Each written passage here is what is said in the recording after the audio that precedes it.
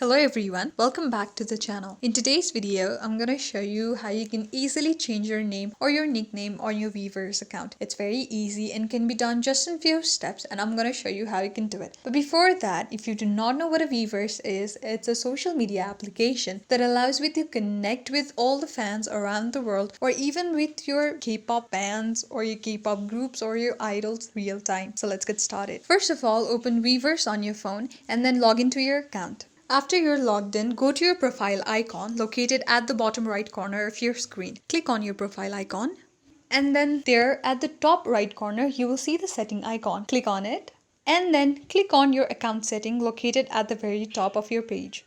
You will then be redirected to a page like this, and there you can see a lot of options, but then at the very top you will have the option to change your nickname or your name. Here I'm gonna change my name, so click on change for that. There you can add your name. After you're done, click on save and then click on OK. And there you go. You have now successfully changed your name on your Weverse account. It's the same to change your nickname as well, or your country or your email. Thank you for watching till the end. I hope you liked this video, and if you did, don't forget to give it a big thumbs up and also subscribe the channel for more updates.